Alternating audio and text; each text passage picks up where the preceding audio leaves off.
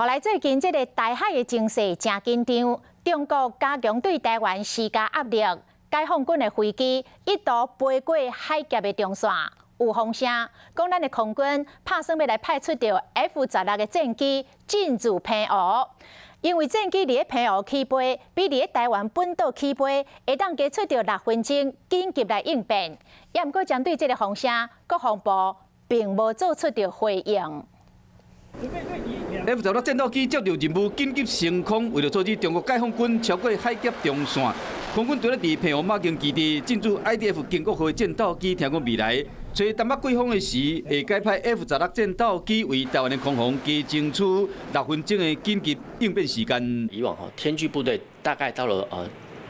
秋冬的时候就会撤回往本土。那你这个时候派 F-16战机过去，说真的，想必 F-16战机性能有特别之处。因为开设到兵力配置加作战规划公布无方便说明。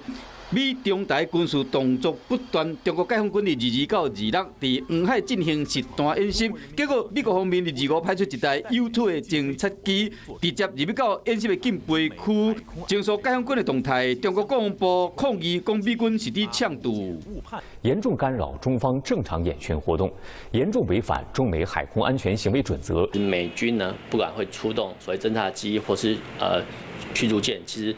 他换个角度来讲，是帮我们站卫兵。面对台海局势紧张，咱国防部强调讲，无用阮强军亲门大户威胁国家安全，任何的判断拢无应该看轻国军保护国家安全的决心。